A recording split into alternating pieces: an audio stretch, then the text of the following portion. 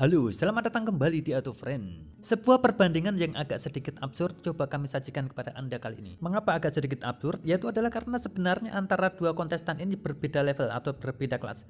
Akan tetapi justru level yang atas lebih murah dari level yang berada di bawahnya. Dan juga trim bawah dari level yang tinggi masih lebih lengkap dari trim tinggi dari level yang rendahnya. Dahlah daripada bingung, langsung saja inilah dia Wuling Cortez CT tipe SCVT atau Medium MPV tipe terendah dari Wuling. Sekelas Innova Reborn seharga 234 juta rupiah yang akan menghadapi salah satu favorit LMPV yang terkenal royal menghamburkan material interior yang lebih mewah dari rata-rata LMPV sekelasnya dari negeri Jepang. Inilah dia Suzuki R3 GX MT seharga 240 juta rupiah atau lebih mahal 6 juta rupiah dari kontestannya kali ini. Oke, kita mulai langsung saja dari dimensinya. Wuling Cortez jauh lebih bongsor, yaitu lebih panjang 38,5 cm, lebih lebar 8,1 cm, dan lebih tinggi 6,5 cm dari R3. Namun juga pasti harus lebih berhati-hati dalam perhitungan konsumsi BBM-nya karena beratnya pasti lebih berat dan juga menggunakan mesin turbo yang lebih boros. Cortez pastinya akan jauh lebih unggul dalam akomodasi, kelegaan dan juga tongkrongannya yang lebih terlihat mahal, tetapi R3 pasti akan lebih praktis, kompak, cocok untuk dipakai sehari-hari sebagai kendaraan andalan yang juga menawarkan kelincahan dan fleksibilitas di berbagai keperluan atau biasa disebut mobil tempur. Dengan keunggulan Suzuki yang sudah malang melintang di jagat permobilan di seluruh pelosok Indonesia sejak puluhan tahun silam. Untuk lampunya keduanya sama-sama memiliki lampu dengan proyektor headlamp tapi juga masih sama-sama menggunakan bohlam halogen.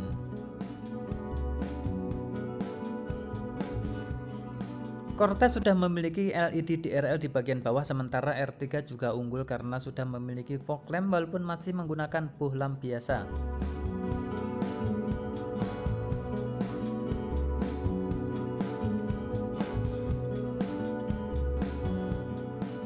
Kemudian untuk velgnya Cortez tampil polos dengan single tone, namun bentuknya dan juga desainnya lumayan gaya. Ukurannya juga pasti lebih besar, yaitu 20555 R16. Juga sudah memiliki rem cakram untuk keempat rodanya. Sementara itu R3 velgnya lebih keren dengan dual tone tetapi belum memiliki cakram di belakang dan ukuran juga lebih kecil, 18565 R15. Pada bagian spionnya kedua mobil sama-sama sudah memiliki electronic retract atau electric foldable spion dan juga tombol keyless entry dan juga handle chrome.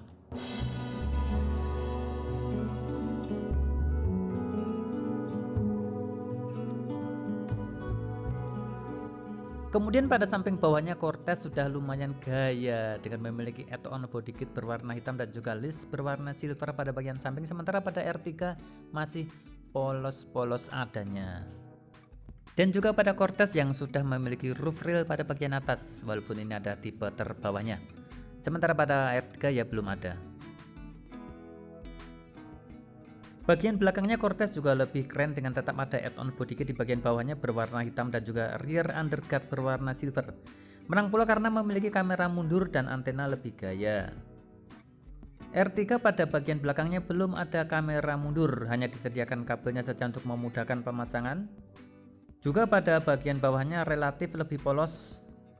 Tidak seperti pada Cortez yang bahkan lampu di bawahnya ini pun bisa menyala.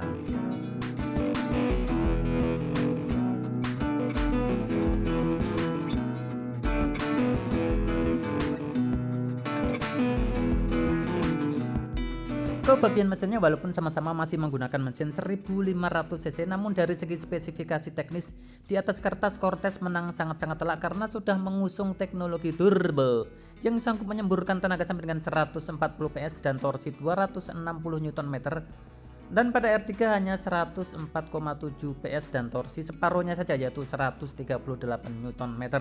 Akan tetapi Suzuki tentu saja menang dari segi durabilitas yang sudah terbukti kehematan BBM-nya yang pasti lebih baik juga dalam pengalamannya mengaspal di jutaan kilometer jalanan Nusantara. Interiornya dengan harga lebih murah 6 juta, Cortez hanya kalah di absennya nuansa kayu pada door trim. Sementara pada material juga sudah lumayan mewah dengan bahan kulit asli dan juga jahitan asli yang empuk dan nyaman.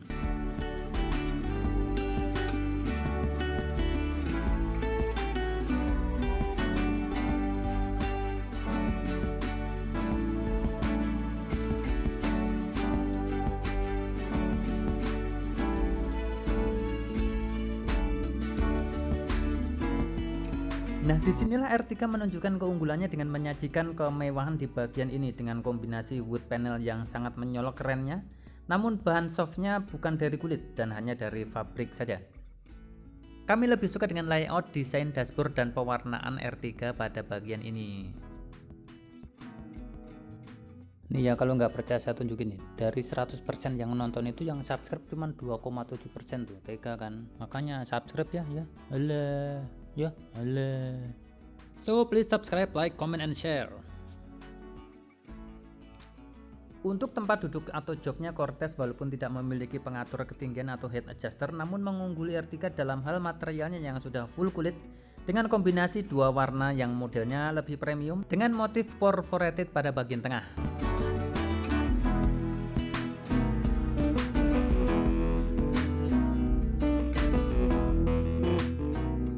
R3 juga bahannya walaupun hanya full fabric, namun desain dan kenyamanannya juga tidak kalah terlalu jauh dan juga sudah memiliki pengatur ketinggian jok atau head adjuster.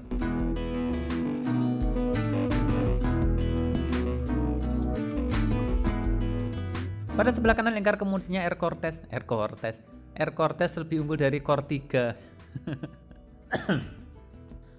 Cortez lebih unggul karena memiliki headlamp leveling dan juga pengaturan untuk AC bagian belakang atau rear AC itu maksudnya.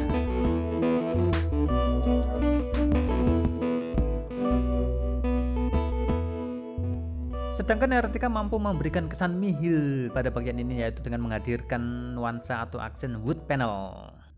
Mahal.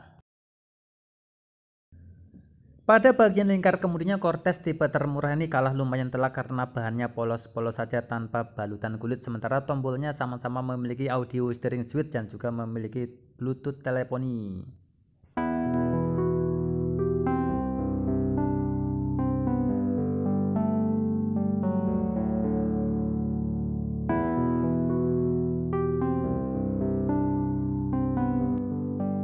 Sedangkan pada R3 boleh menepuk dada dengan lingkar kemudi berlapis kulit asli, jahitan asli dengan nuansa kayu pada bagian bawah sehingga sudah mencapai titik kegantengan yang paling maksimal.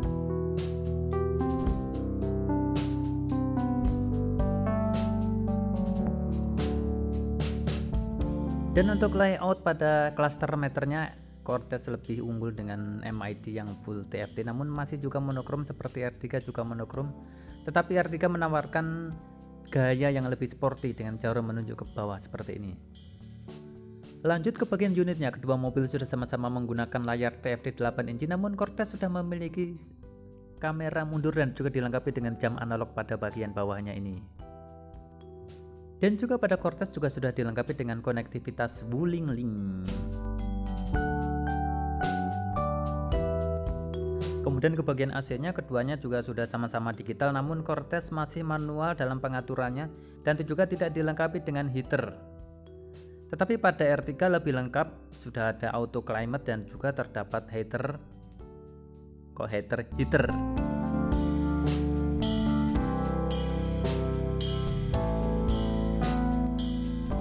Sementara untuk akomodasi elektris keduanya imbang karena sudah sama-sama memiliki colokan listrik, juga memiliki colokan auxiliary dan USB.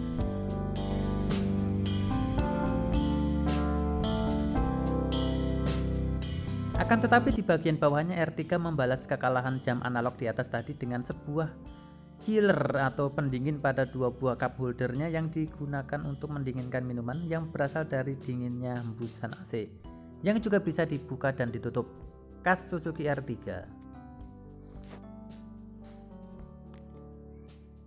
Lanjut ke bagian pengatur tenaga atau transmisi, Cortez lebih dikdaya karena sudah mengadopsi transmisi CVT, apalagi juga dilengkapi dengan mode manual yang walaupun juga pasti akan ada turbo lag. Keunggulan Cortez masih berlanjut dengan adanya handrest yang terbuat dari bahan kulit asli dan jahitan asli, berukuran sangat besar dan nyaman, dan juga laci penyimpanan yang cukup besar di bawahnya. Nah, enak tuh kan, tangannya bisa nongkrong. Dan pada R3 pada harga ini menawarkan sebuah transmisi manual yang tentu lebih durable, lebih awet tahan lama puluhan tahun, dan apabila dengan tambahan 10 juta mendapatkan transmisi otomatis, maka akan mendapatkan transmisi otomatis yang juga jauh lebih durable dan mudah perawatannya. Untuk sistem keamanannya, kedua mobil sudah sama-sama memiliki dua SRS airbag di bagian depan, juga memiliki pengereman dengan ABS dan EBD. Hanya untuk Cortez pengeremannya sedikit lebih unggul dengan menggunakan rem cakram kepada keempat rodanya, sementara pada R3 masih tromol pada bagian belakang. And when the season came into Shaman, they fell into the equator. Pada musim panas, induk-induk berterbangan ke ekuator untuk mencari makan bagi anak-anaknya. Lah, kenapa jadi kayak Discovery Channel? Habisnya bingung mau diisi narasi apa pada bagian ini. Intinya ya sun visor, ada vanity mirror, samalah pakai lampu bolam pada lampu kabin gitu-gitu. Atau bikin channel tentang ini, flora dan fauna. Misalnya bandingin kambing dengan embek. Banyak yang suka nggak ya? Oh ya, walaupun untuk interior bagian bawahnya sudah berwarna hitam, namun untuk bagian atasnya R3 baru ini tetap menggunakan warna beige. Beige, son of a... Kemudian masuk ke door trim baris kedua, tentu saja Cortez unggul karena keunggulan satu-satunya R3 di bagian ini yaitu perkayuannya sudah tidak ada. Begitu juga dengan bagian joknya, Cortez menyediakan kenyamanan maksimal bagi penumpang baris kedua dengan model bangku berbentuk atau bermodel captain seat. Juga dengan handrest di bagian tengah yang sangat menunjang kenyamanan penumpang di bagian kedua ini. Dan juga untuk akomodasinya, ruang kepala dan ruang kaki Cortez pasti lebih besar daripada R3 ini. Akan tetapi juga bukannya R3 tidak mampu menyediakan keunggulan di bagian ini, yaitu karena konfigurasi tempat duduknya yang bisa dilipat rata dengan lantai. Dari belakang bagasi sampai dengan baris kedua ini, sesuatu yang tidak bisa dilakukan oleh Cortez, walaupun Cortez juga menyediakan opsional konfigurasi jok biasa seperti ini apabila Anda tidak menyukai untuk dapat menggunakan captain seat.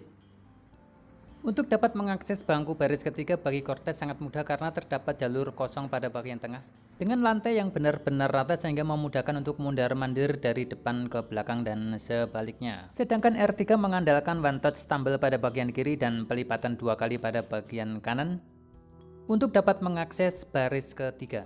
Kemudian untuk hembusan AC dari baris kedua, Cortez juga lebih unggul karena bisa mengarah ke dua arah, yaitu ke depan ke baris kedua dan ke belakang ke baris ketiga. Sementara pada R3 ya bentuknya biasa saja seperti LMPV Jepang pada umumnya. Bangku baris ketiga Cortez lebih lega dan nyaman untuk bertiga orang dewasa karena ukurannya yang besar dan juga memiliki 3 buah headrest. Dan karena konfigurasinya adalah captain seat, maka penumpang baris ketiga bagian tengah dengan mudah bisa menyelonjorkan kaki depan di sela-sela jok captain seatnya. Dan tidak hanya itu, karena juga disediakan seat back pocket bagi penumpang baris ketiga ini yang terletak pada jok bagian baris kedua di depannya. Dan hebatnya penumpang pada baris ketiga ini juga langsung mendapatkan hembusan udara dingin dari AC langsung ke jidatnya dan tidak perlu menunggu angin dingin sisa-sisa dari baris kedua.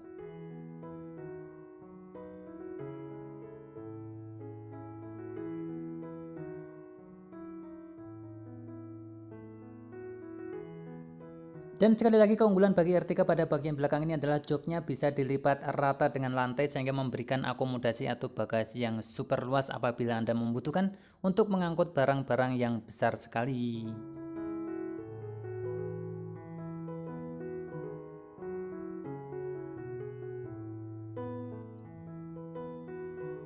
Kesimpulannya adalah perbandingan kita pada kesempatan kali ini cukup berimbang karena kedua-duanya memiliki keunggulan yang bisa dikatakan sama kuat, yaitu ketika Cortez menang fitur mesin, transmisi, dan dimensi. Tetapi di sisi lain R3 keunggulannya adalah ketangguhan dan keiritannya serta kebanggaan merek R3 yang sangat sulit dilupakan. Sulit sekali ya kalau kami harus milih sih harga 240, maka kami akan memilih R3. Tapi aduh pengen captain seat juga ya, soalnya turbonya tuh CVT-nya bagaimana dengan... Apalagi ini mobil. Terima kasih sudah menonton dan sampai jumpa. Bodinya juga, tapi R3 itu juga ini takutnya ini spare partnya di mana-mana ada itu, gimana tuh ya. Jadi gimana kita milih apa nih?